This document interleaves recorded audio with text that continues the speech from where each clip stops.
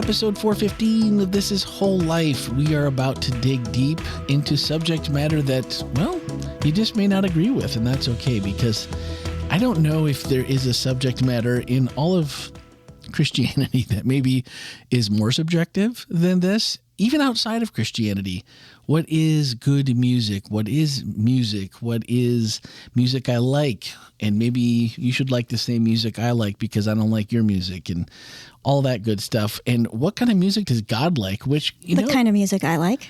Yeah, of course. Of course. I think Ken made that really clear. He said something about reading the Bible. So we're going to get to all of that in just a moment. But the art of worship this week, last week was drama.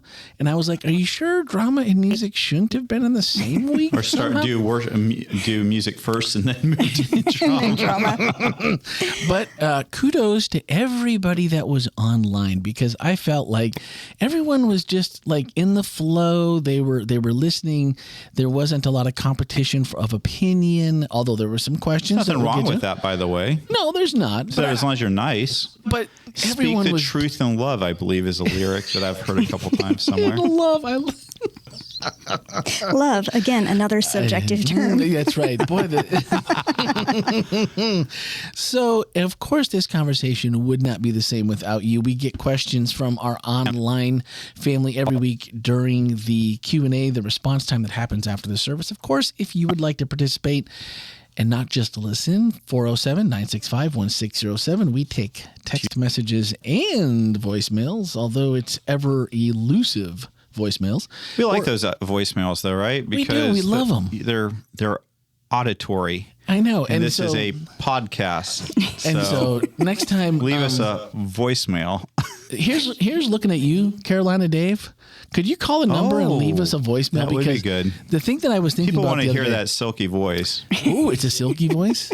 I think so. I've never heard the voice of Carolina Dave. Oh, we're going to have to find out. So, look, you are a regular contributor, although not this week, but I'm just saying maybe you could just find it like just a quiet room. Doesn't have to be, clear the throat, get that silky thing What's happening. the phone number people call? 407-965-1607. That number again is? 407-965-1607. Call today. Call today. Don't delay. Oh, man. Wow. See, you missed us last week, didn't you? Yes. You know what? So may I present this is important, isn't it, Randy? May I present to you all Dr. Melanie Bachman. Oh, yes. Yes. PhD. Thank you very much. MDiv. That's a MA. That's a little golf clap in the background. How many are there now? Letters. There's a lot, Randy. Let's see. There's a lot. Oh. If you stack all the letters in her degrees up, they're actually as tall as she is. Well, that doesn't take that many, does it? Well, I mean, just about 5 feet. I can't believe you went there. Wow. Okay. Well, let's. Yeah, he went really low. I know.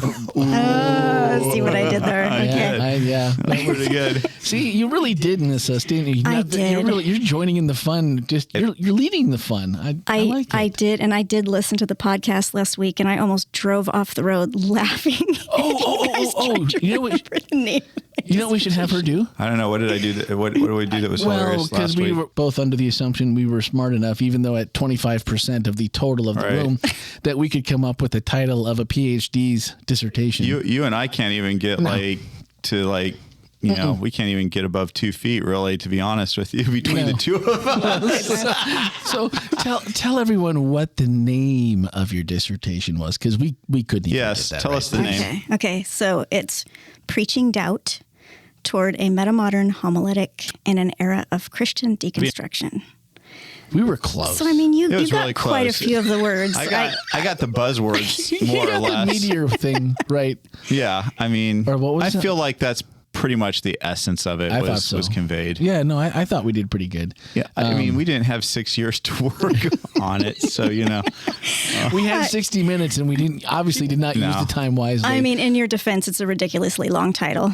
So. But, no, it sounds appropriate though. I mean, it sounds 6-year worthy. I think it's really important to have that kind of a title when you go into your dissertation defense, because it just tells that committee right off the bat, you are coming with you are not to be messed with or trifled with. You are you mean business. You know how to use those big words, so you should not. And there's a couple hundred pages to back you up. Yeah, no, for sure. All right, so we're going to give you the softball of the week. Yes, Dr. Bachman. Okay. So this was an email from Anonymous who asked, will you be doing the Great Question Sermon Series this year? Yes, we will. So send your questions in now for... When is that? September or October? I can't remember. Let's see. I thought that was like after. Isn't that usually after Voices of Whole Life? It usually is. We've been experimenting with different places. Yeah. But we're doing a summer series about the family that plays together. Yeah. So that's happening in summer in conjunction with all of the activities that are going to be happening this summer. And then when we go back to school, we get the Get to Work series. That's right. Literally. Get to Work. Get to Work. That was kind of like, what was the other one that was work? That was one of the first ones we did, but that was wasn't that the law?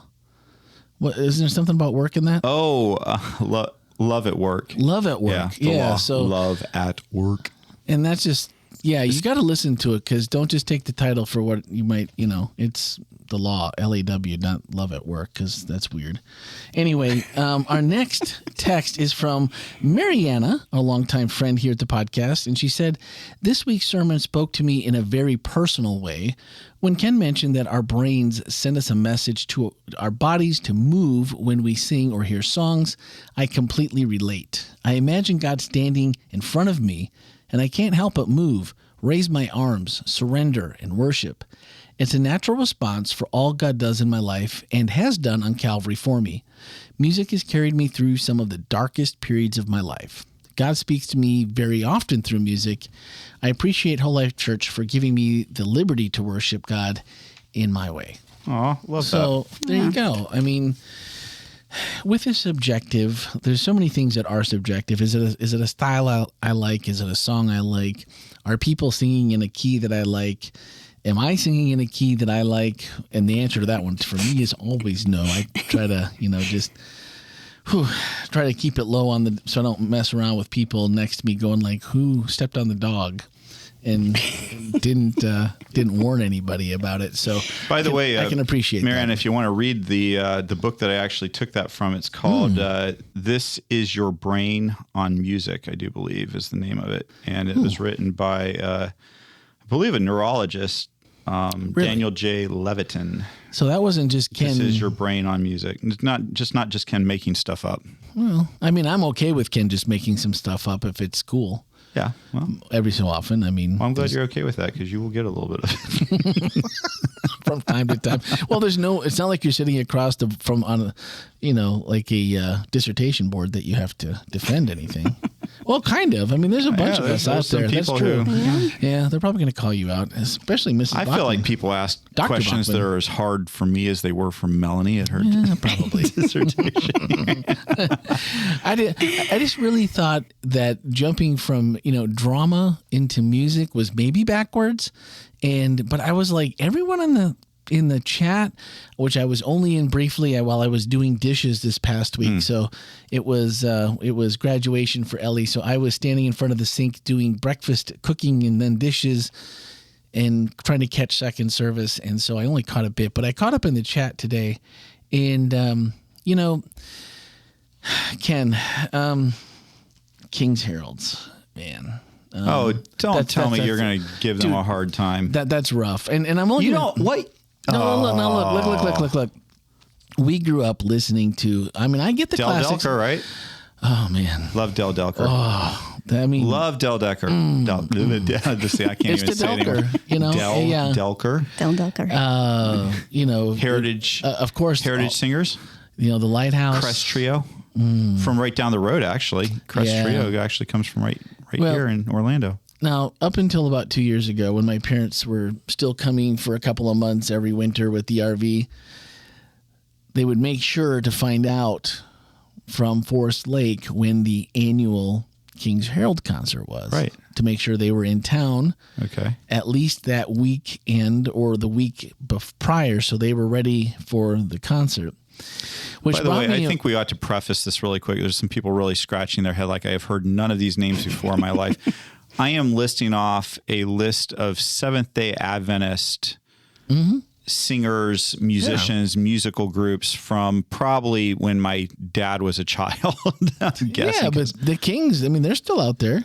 Well, but they don't have the same sound they used to have, though. Well, and it's a different. Yeah.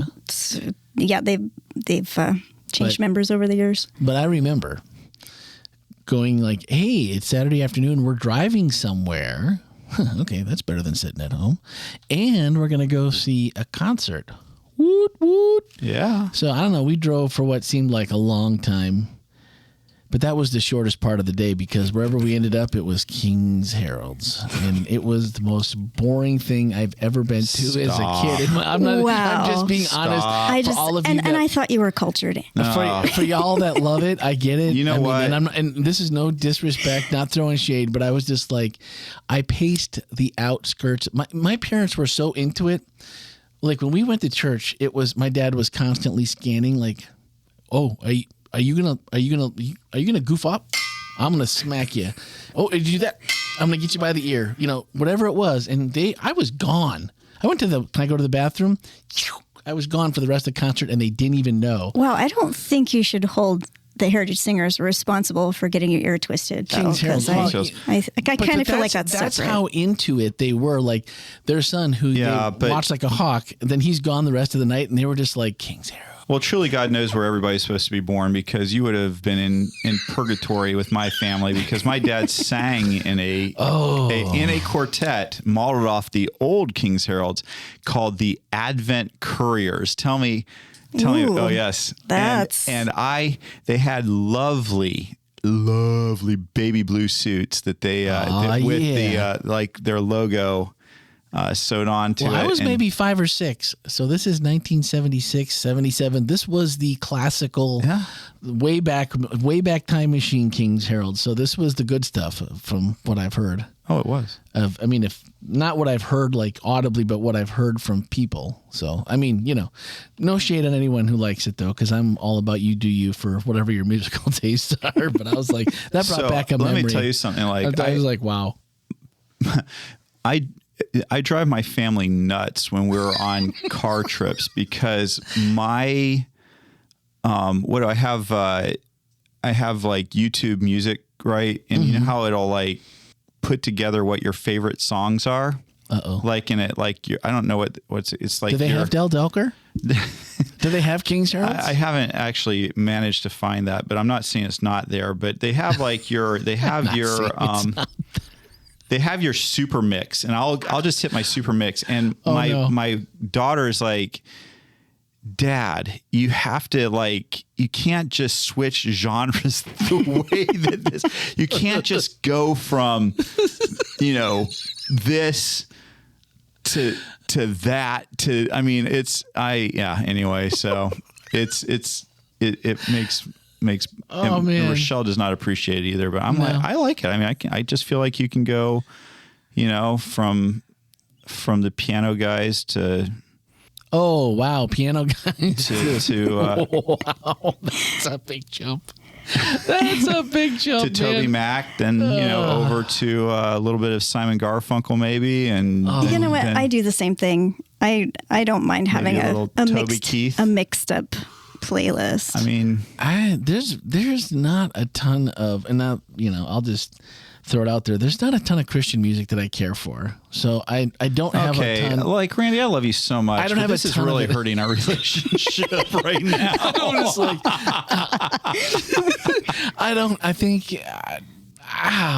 know. There just isn't. I don't know, and so I probably know, but also I will.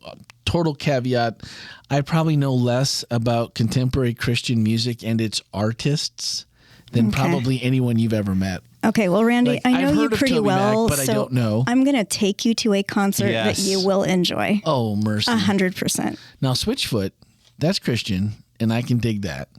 You will dig this. I met Jeremy more. Camp. I know him. Can you say where you're going to take him? Nope. I gotta take him there first because I don't want him to go online and judge it ahead of time. Preconceived ideas. Now, But it will be fun. You will love I it. will say that, I mean, outside King's Heralds, I mean, we can only do so much live with that. I would die laughing if she took you to a King's Herald concert. Oh my gosh. That would be phenomenal. I've got a real surprise for you, Randy. Just want to take you back to your childhood. Oh man, that's it. If that happens, I'm moving out of the cul-de-sac. That's it. I'll be back there by myself. Oh my gosh, that's crazy. But I mean, for all the fun that I'm poking at this, I also. Maybe the thing I liked about your message the most, and something I hadn't thought about, was the idea that God could have maybe sang creation into existence. Yeah, that's pretty cool, huh? I mean, watch with your imagination as you read and you visualize, but it's a completely different thing if you're also kind of watching what you've always thought about and using your imagination. But then turning to your ears and going, what if God had been singing? Because I like to sing when I do stuff. And so I can totally see like that would be something. But how cool would that be? Well, Melanie, you correct me Dr. Bachman, correct me if I'm wrong. But Genesis 1, no doubt about it, complete poetry, right? In my opinion, yes. Okay. Wait, Isn't that what? most scholars' opinion that it's poetry? Genesis 2 I know is up in the air, but Genesis 1 I thought that was. So I would say probably most, Doesn't but even not rhyme. everyone. It doesn't rhyme. It doesn't rhyme. It did in Hebrew. So there you go. Really poetry. Yeah. What about, is that significant, or what makes people think that? The way that the rhythm of the way that it on the first day, the second morning and evening, it has a flow to it. Would that be the same in the Original language? Yeah. Even more so, I would say. Oh, okay. Yeah, there's some really cool things that we miss in translation that if you're able to read it in Hebrew, there's extra information in there that we don't notice in the English translation. And if you sing it, even more. That's right. According to a sermon I recently heard. Wow, that caught me off guard. Sorry. Well, speaking of that, in this message that I think you recently heard or were a part of, Rabbi Barak Davidson, reading the Torah without singing it is like eating a tasteless meal. As much as we talk about, here, as much as we're talking about food and taste, and you're singing, first we're listening, we're watching, we're listening. Now we're singing for the taste. Maybe I'm thinking, can we do this with like a service upcoming where we just sing the whole thing? Where we sing the whole thing and maybe practice it enough to get good at it, where like we could kind of like maybe Easter, like we do it one time a year for some special service where I think that'd be cool, right? We'd be like different trendsetters. We will take your idea under advisement. That's for those of you listening at home, if you saw the looks on their faces, that's a what? No. That was Melanie thinking about Ken trying to sing, and she heard I'm just Ken, and that was more than enough. You almost got a standing ovation for holding that one note for a second or two there. Yeah, that was pretty impressive. Impressive. So okay. I'm glad to hear it doesn't take much to impress you there, Randy. So this is a real thing. But take a minute and think about this. But do you have a favorite love song? Oh, not one I'd admit to, probably. Okay. No, I probably do. Yeah. What would be one you'd admit to? Oh man, love song, huh? Yeah. Ballad. I don't know. Whatever. A ballad. Well, I can tell you one that obviously it's not going to be Christian, since you don't have any Christians. No, yeah, of course. Michael W. Smith singing, whatever, or Michael who? Michael W. Smith. He does is he a guy like on the scene? Wow. Back in the day, he was. Back in the day. Yeah, I thought that he pretty much wrote the script to my younger life. I thought that sounded familiar. Friends forever. You don't know that? Oh. The Other Side of Me, which is not as well known, but I sang that to Rochelle at our wedding. Oh, wow. We're going to need video evidence of this, I think we do. Or, Yes. video or it didn't happen. I'm pretty sure that video is getting erased as soon as I get home today. My kids watched it and nearly were. Well, one of my favorite songs. I mean, I guess it's kind of a love song. Song Sung Blue by Neil Diamond. My aunt used to dance when I was a little kid with that song. Yeah. Everybody knows one. Okay. That's as close. So go ahead and take that song and instead of singing it, just say it. It just doesn't have the same pop to it. But can you imagine if they were with this, like, how they did it, or was it both? Was it like some people were like, hey, I think I'll just speak it, or was this like in Jesus' time you go to synagogue? I mean, is the Chosen gotten this one wrong? Like everyone should be singing the Torah? What do you think? I mean, I'd never heard of this before, like singing it. So this is it can be just read, but no taste. I know that Orthodox, I can't speak for every synagogue, obviously, since I've only been to a couple. But I know the synagogue that I went to in Nashville, which is an Orthodox synagogue, they sang it. They did like what you heard on the recording that I had, that they sang Torah. And it's really this beautiful, for me, it was very moving to watch. What they did is because they actually, I feel like they pulled back curtains that were, kind of had that the Torah was behind, and then they have somebody walk up and they actually pick the Torah up and then they walk all the way around the synagogue with it, and it's like this big celebration. It was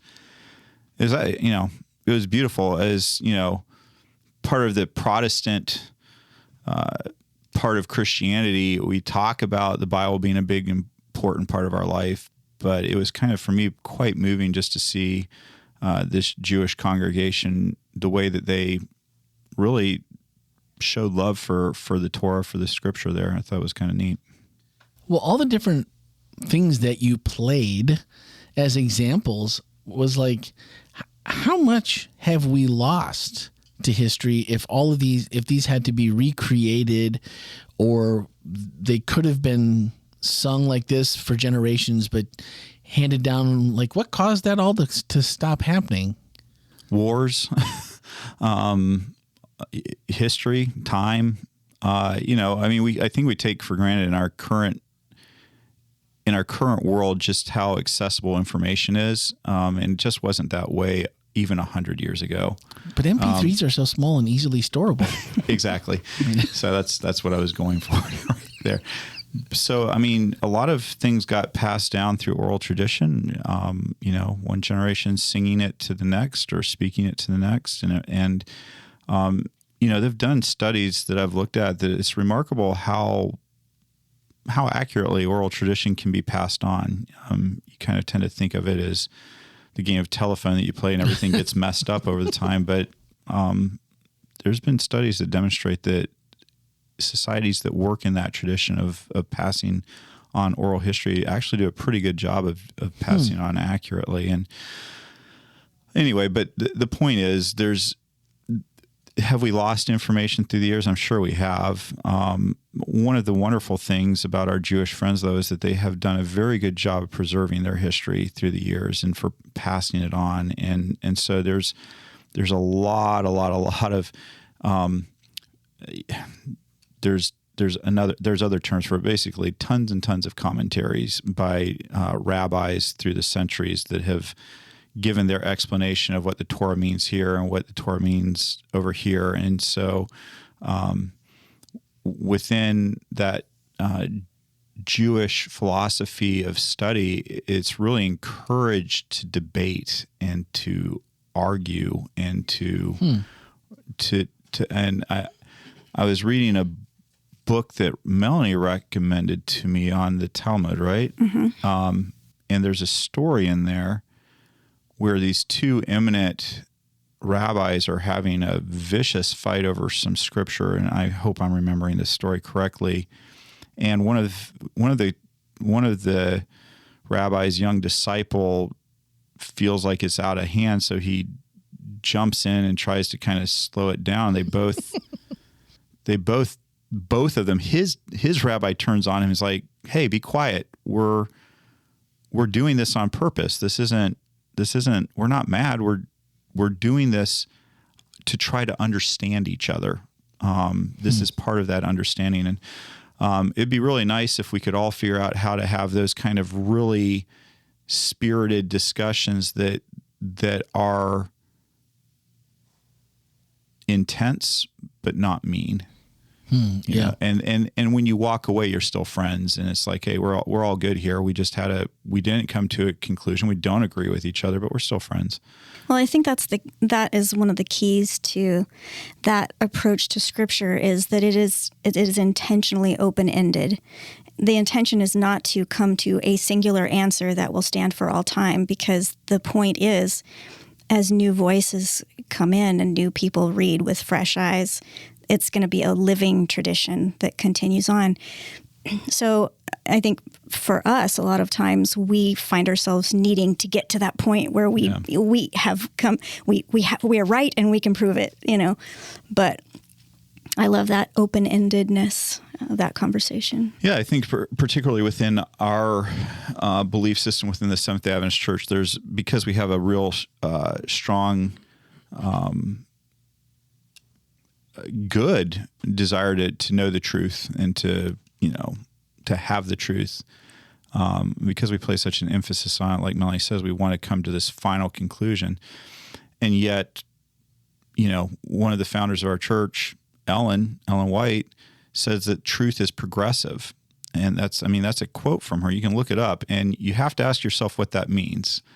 If you think that truth is a here we are, this is it, then what does she mean when she says truth is progressive? I really believe in the best Adventist tradition. There is if you want to get back to what the early Adventists, everything was on the table. Everything was up for discussion. There wasn't we can't, with that's been decided, so we're not going to go there anymore. And I think it's poor form when we do it today. Well, and people actually did change their minds on some big things. Multiple times. Yeah. So much so that and I love that. And I think, I think that when you start putting, we can't talk about that's already been decided, it discourages people from actually studying their Bible, because it's been decided. There's nothing else. What else is there to know? We've already decided this. It's done. Why talk anymore about it? It's finished. And so I really do. I really do particularly appreciate Ellen saying that truth was progressive, because I truly believe that. I believe it is something that we continue to grow and learn, and it's because we believe that truth is a person. The Bible says that Jesus is the truth, and you never really get done knowing a person and growing and knowing who they are. Randy, I've been hanging out with you for about 3 years, and Melanie, we've known each other for longer than that, 5, 6, 7 years, something like that. I've known my wife for 25, 27 years, still learning stuff about every person I just mentioned. My own parents, I've known them a while now, and I'm still learning things about them. I'm still like, oh, wow, I didn't realize that you were this way, or that you had that opinion, or that you whatever. And so I think that's the beautiful thing about Christ, about the Bible, is that we can always be growing. We can always be learning. There's more to know. And in some cases, seasons change. I feel like with music, though, in many ways, I feel like it has been decided for each of us in a way where, yes, it's subjective, but there's just things that will make you hear it, your toe tap. Today, I was looking for something else. I was searching on Apple Music for something to see if Albert could really shred on a ukulele if there's any proof out there. And This is what Randy does in his spare time. well, Can you shred on a ukulele? Let's see. You'll find out. You'll find out Saturday why I was looking for whether or not this could be done. Because yes, it's gonna be good. If it can be done, I mean, I'm just saying, why not give it a shot? Is all I'm saying. Whether uke is your thing or not. But and then all of a sudden, this playlist that I have came on, and I was doing something else, and I came back, and Melanie was just kind of, her head was moving to it. She's like, oh, I thought you were in your office. And I was like, well, I was, but this music is playing. But it was something that we both recognized from a long King Harold's long time ago when we were but I'm guessing it wasn't the King's Herald, so. No, it might have been a flock of seagulls. I don't remember. It was something way back in the day. And anyway, it was just playing, but you feel that connection too. And I think that's the part that, while it doesn't, you can have differences of opinions and say, well, I'm probably not going to ride with Ken in the car on a long trip if he's going to play King's Heralds, unless we go one for one and go like, all right, we're going to make me dig deep into my playlist, and we can, if we offset whatever. But it also has a real chance for people who haven't heard something that you really like and you get excited about.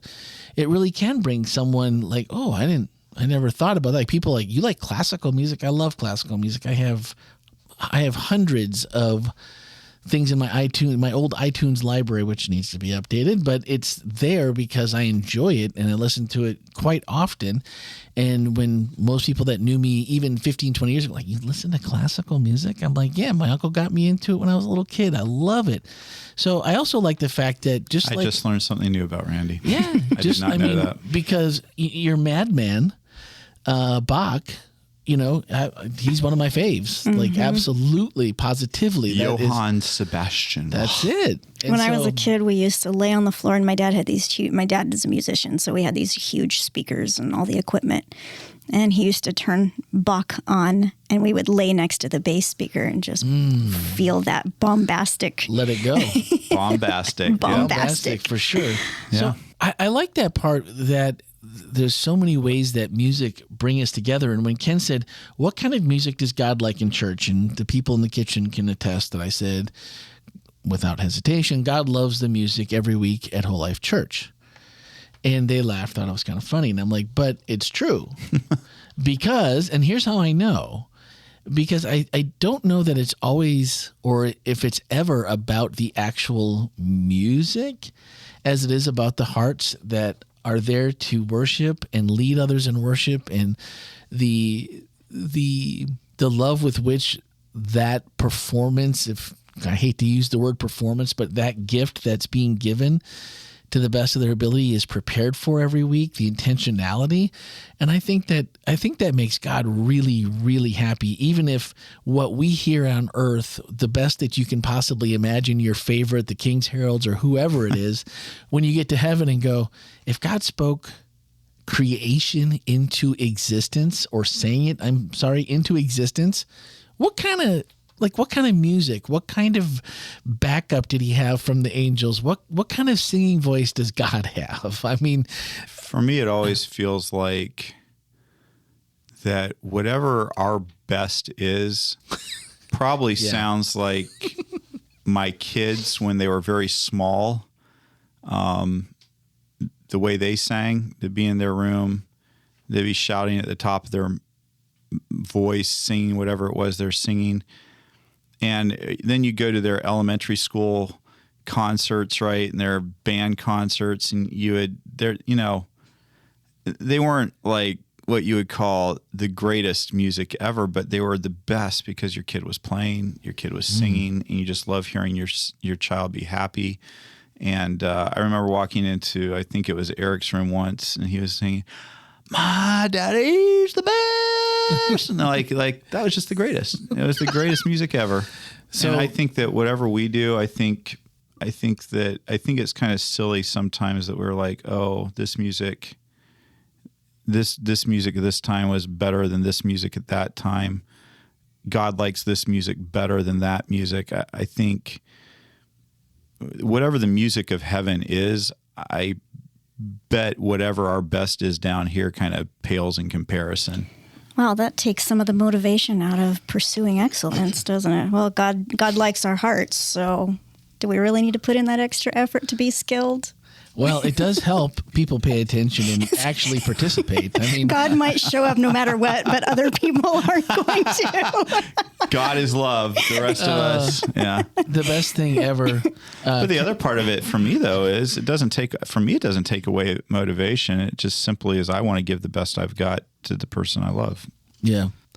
Catalyst Conference in Atlanta, 2010, I think, maybe 2012.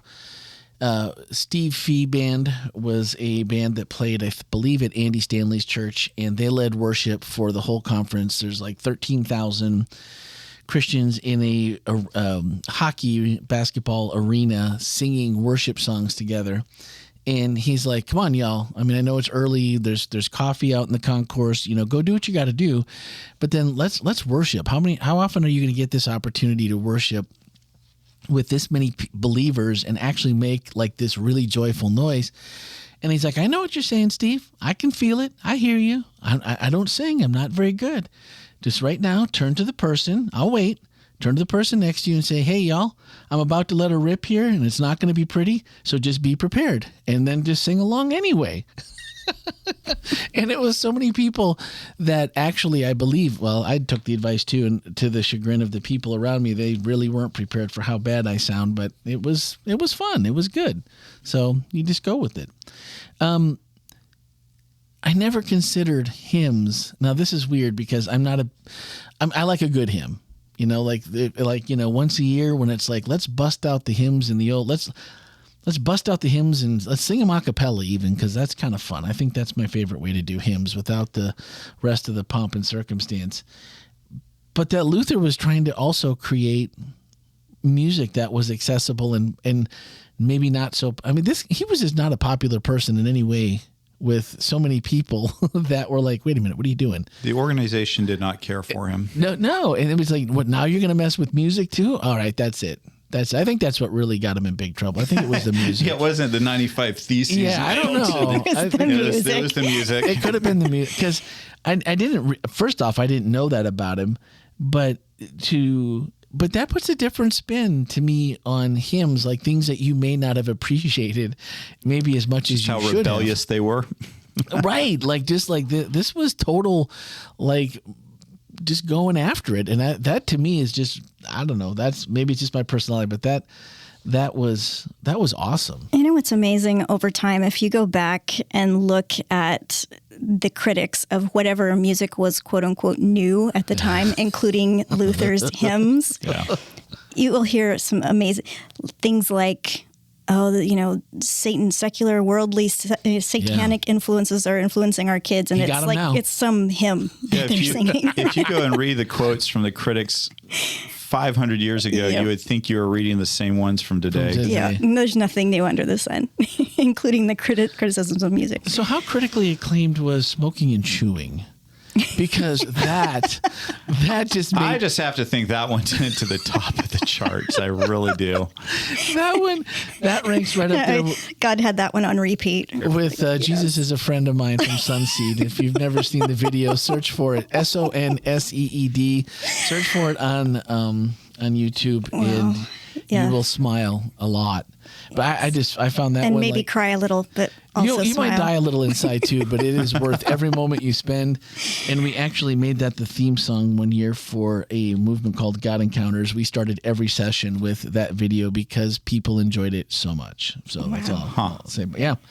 So here at Whole Life, I mean, we talked about drama, we talked about music, and the thing that I really enjoy is that a lot of times you'll hear a music sermon preached from a different angle. Like maybe we have a favorite, and maybe we do have opinions that, we're going to try to shepherd you in a certain direction, even though Ken was pretty adamant about his King's Heralds. And I'm totally cool with that.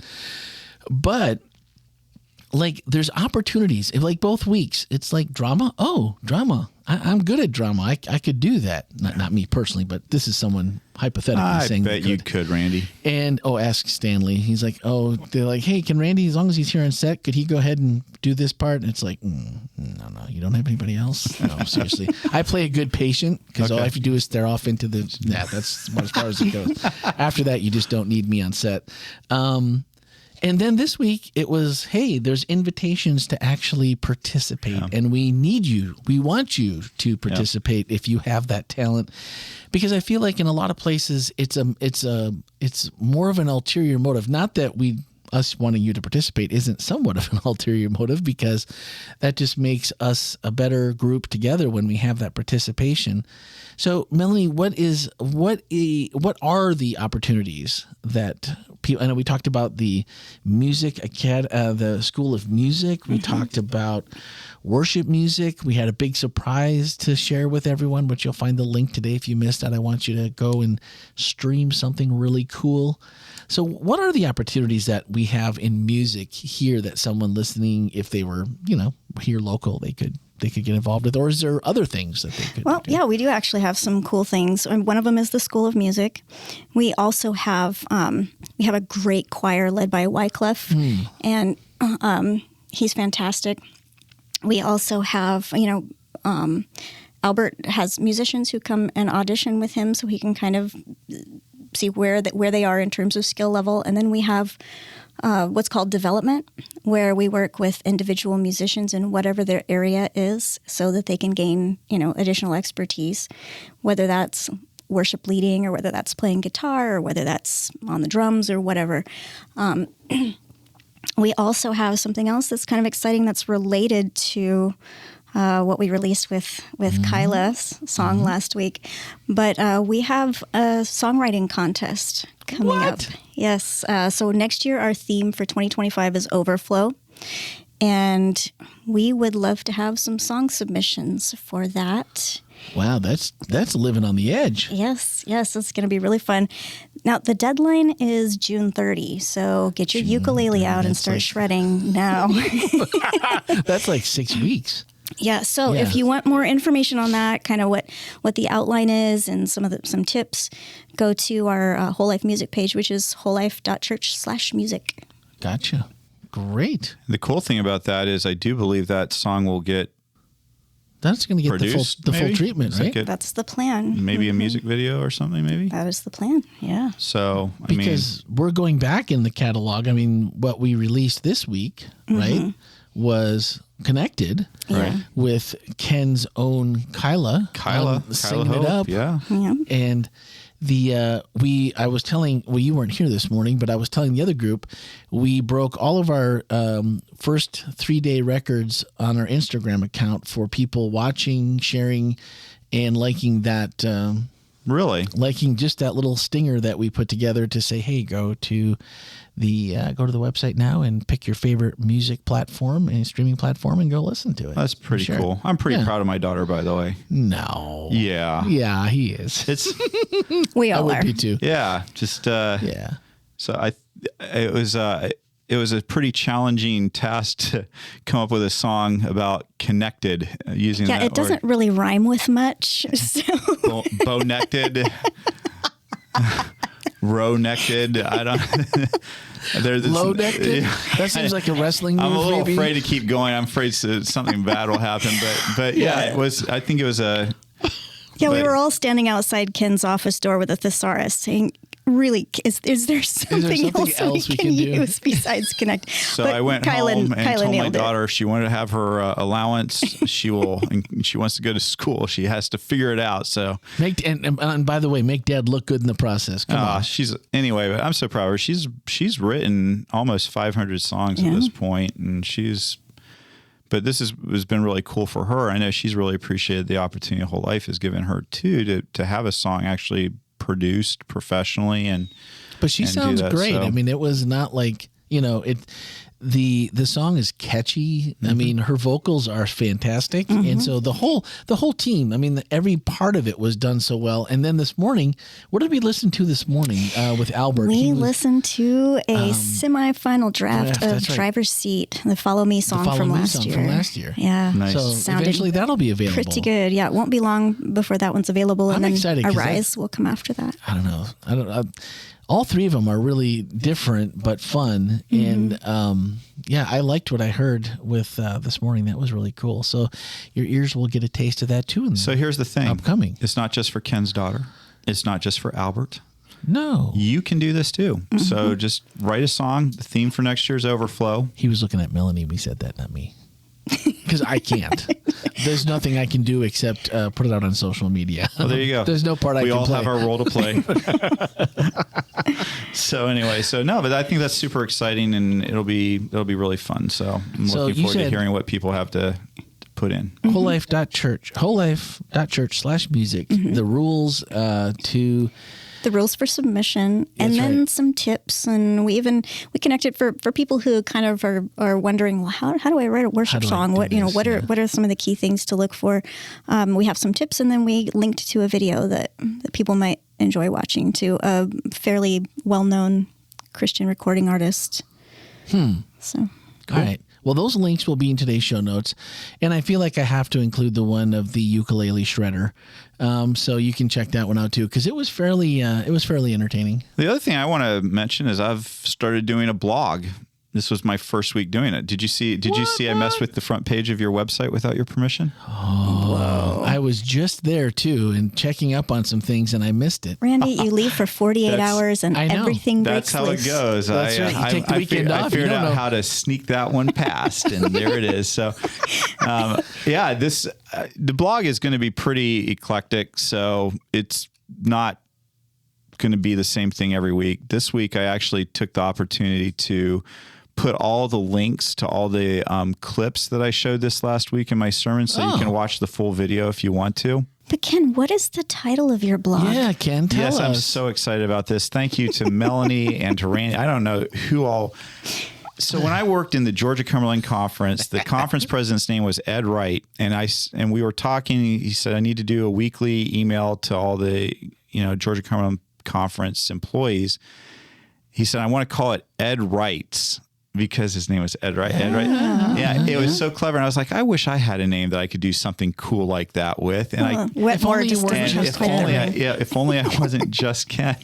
And then you guys came up with it, Communication. I love it. So, I mean, this is all part of communication. the Connect. This is all brought to you by the Connect. There is a theme going on here. There's connections happening everywhere. And we're having a Ken test. So look, who knew that God could work through the Barbie movie to help us out? Well, I always say, if you can't laugh at yourself, well, what are you going to do? Yeah. But definitely go check out. If you weren't here this past week, you haven't seen the message or heard the message, you would have missed, or social media, you would have missed a little. So, Randy, can you put my blog in your show notes? It is. I just looked at it. I just wrote it down so I don't forget. I was just hoping. Because he's like, I need to get readers. You went to my website and you messed with it. I went, no. No.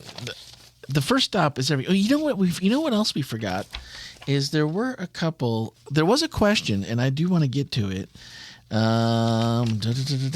Okay, we did have a couple of comments, and people, and I think they were talking about this, the Jacob Collier. Did he have long hair? He had really messy hair. Because somebody kept mentioning that this is what now we know what Ken would look like with long hair. Oh, no. That's no. That's the Christian artist. That's Steve somebody was his name? I can't remember. Someone made a comment. It was in the both guy who sang Why Should the Devil Get All the Good Music? Larry Norman. Oh, yes. Oh, there it is. Okay. That was good. Okay, so that was fun. So it was Haas. Okay. Thanks, Haas. Man, we were just mentioning this morning what a great job you've been doing as one of our online worship hosts. That's good stuff right there. That's gold. The question came from T Cinco. Tammy, it said, it seems like the creation of music and songs through the ages come from current, relevant, and cultural backgrounds. How does this help to process the idea that there is a secular and sacred division in music? I'm not sure we get that one, and I'm sitting here with the notes in front of me going, Sorry. Well, I think there is music that is created to be sung in a worship type of environment. And is that enough to make it sacred? Do you think? Not necessarily. I think. I mean, I don't know. That's just a total. I think it's a false binary. Yeah. The sacred secular divide. Okay. I think that we are so much more complex than that. Music is so much more complex than that, and God is so much more complex than that. And I think that we can try to divide up our lives into secular and sacred, or we can accept that, we, as people who are created in the image of a creative God, respond to that in different creative ways. And it doesn't necessarily have to be, it doesn't have to be only about God or only about life or only about, you're the person you're in love with. I think that all of those things are integrated into one whole life. Oh, whole life. Look at you.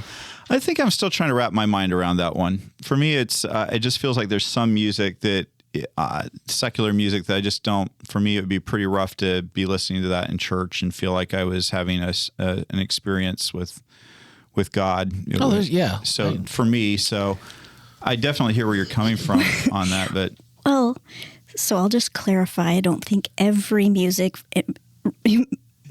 belongs in every context. I will say that. Hold your emails. We know which songs you're thinking of. We've heard them too. Yeah, no, I feel that way too, but also I feel like there are songs that would be from a secular artist that I would be totally comfortable listening to in a church environment with both lyrically and stylistically. But again, But why is that church service the dividing line between kind of what's sacred and what's not sacred? I feel like, I feel like if we're making the decision between what's sacred and secular based on what we would or would not sing in a church context during a worship service, that gets a little bit difficult to define, I think. No, I think that's why it's so difficult to answer.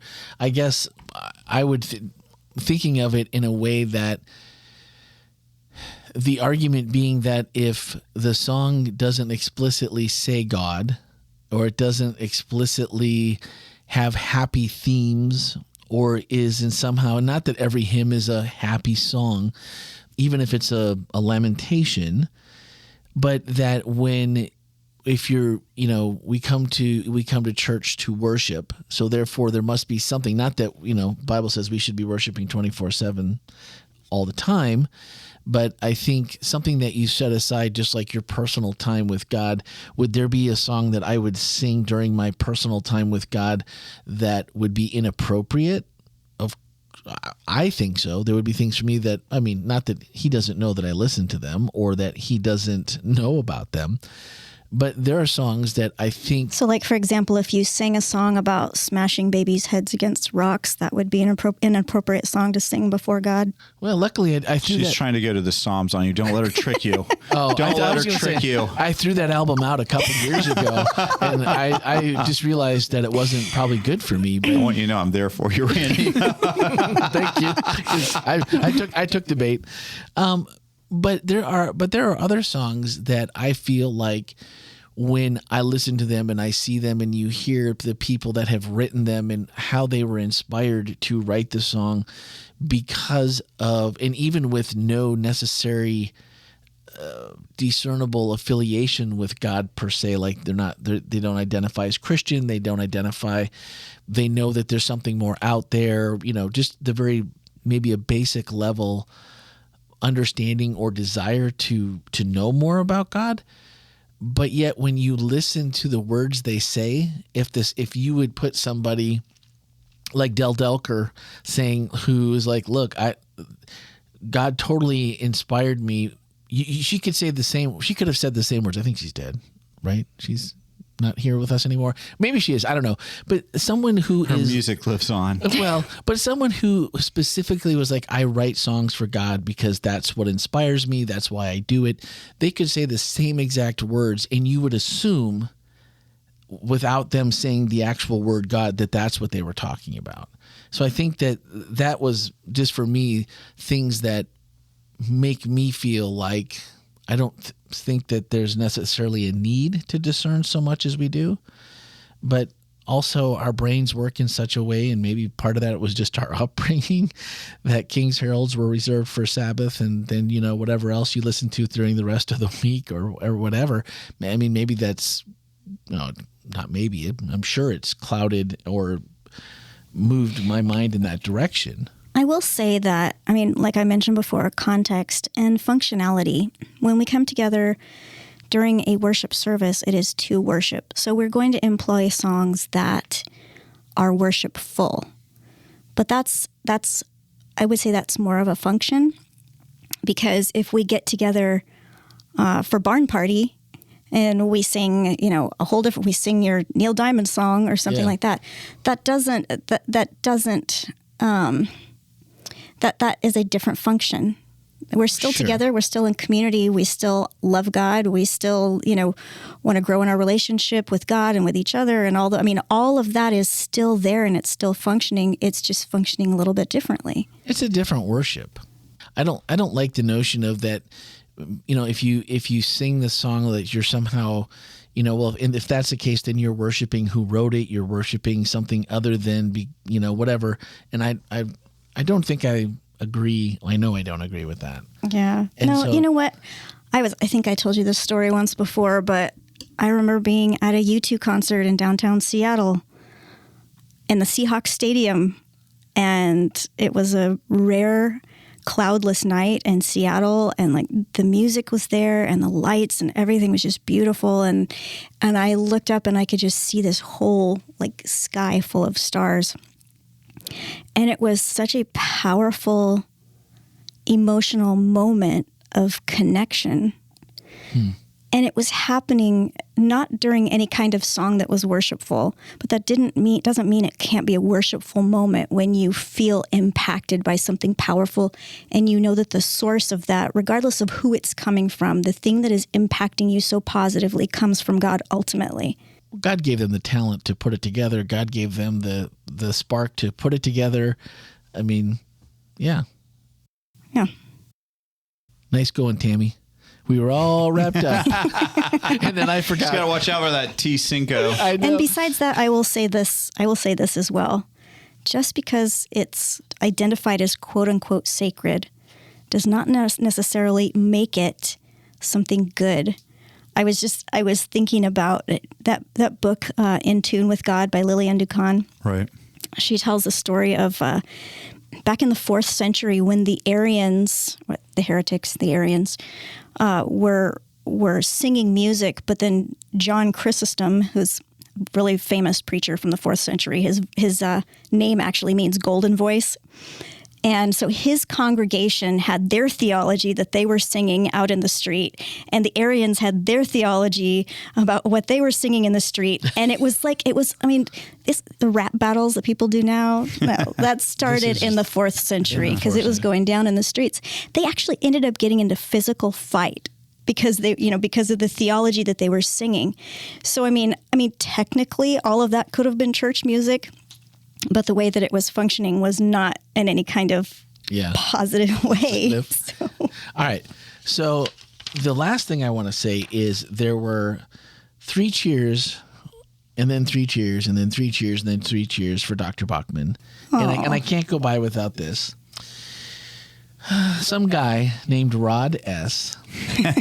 at the end of everyone giving all of the yay Melanies, congratulations Melanies, the congrats, and all of this, I cannot keep silent. I am a proud father. Love you, Melanie. Thanks, Dad. So I wanted to make sure that got in because I was like, aw. And thank you for managing all my household projects while I was in the final stages of editing. And then, as a precursor, Rod S. also said, "Yay, Stanley." Why would he be saying "Yay, Stanley"? Yay, I Stanley. don't know what that's about. Does anyone know? He's preaching next week. That's right. What? Yes. And I'm already sharpening my questions for the... You're tuning in from. You're going to be tuning in from. I'm going to be in the middle of a North graduation program, and I will be watching on my phone because I can guarantee. Well, now I'll just go ahead and be good. Anyway, but Well, he's already told me his sermon is 26 and a half minutes. I think he's trying to edge into the Q&A. I read that sermon. That is not a 26-minute sermon. Yeah, that's about a 40-minute sermon. So he did say he's so really enjoy, fast. Melanie. We're good thing we have a person with a doctorate to help us with our sermons. So, a little pruning here, a little especially trim a there. sermon person with a PhD and homiletician. Whatever that meteor thing was. Yeah, let's go back. I don't So, remember. Randy, which one of us can actually remember the name of her dissertation right now? Many big words. All right. Hard to say. $5 to anybody who can say it word for word. Yeah. Good luck. We left $10 on the table, man. $10 there. Oh, It's, that's horrible. Okay, hang on. Preaching doubt. Okay. I got that right. Preaching doubt to a neocon? No. To a meteorite? Meta. No. Okay. Anyway. Yeah, that was like 25 cents worth, but good job. Good try. Yeah, good try. But it's not that we don't want to. It's just we're just not very good at it. I mean, Well, you haven't been staring at it for as long as I have either. So That's I mean, you got to be fair.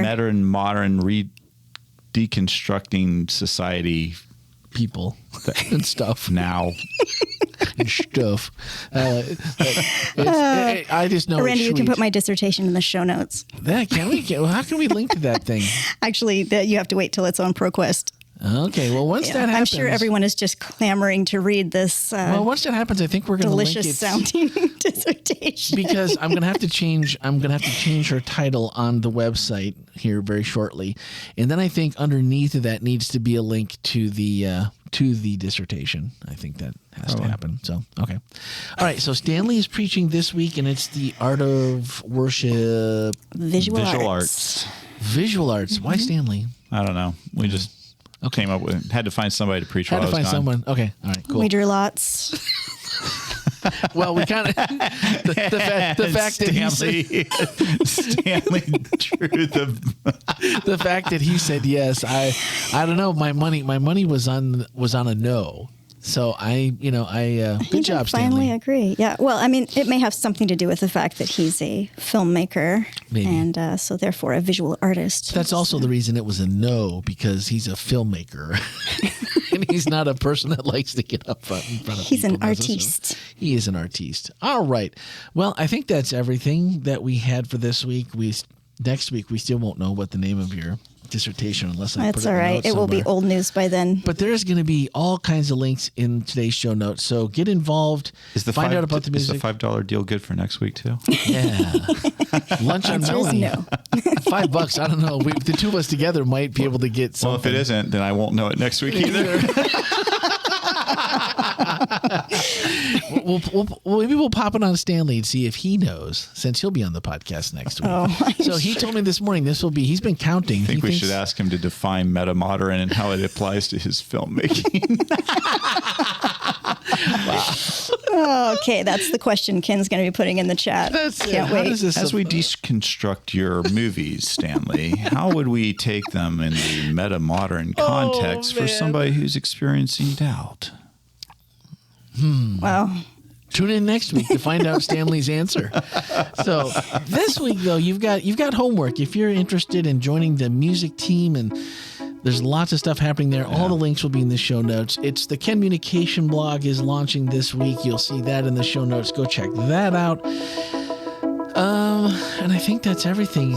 And then we're on to the visual arts next week. So I think drama, music, visual arts. We can probably have some fun with this next week. Absolutely. I have a feeling. So that's going to do it for this week, guys. Thanks for listening and have a great week.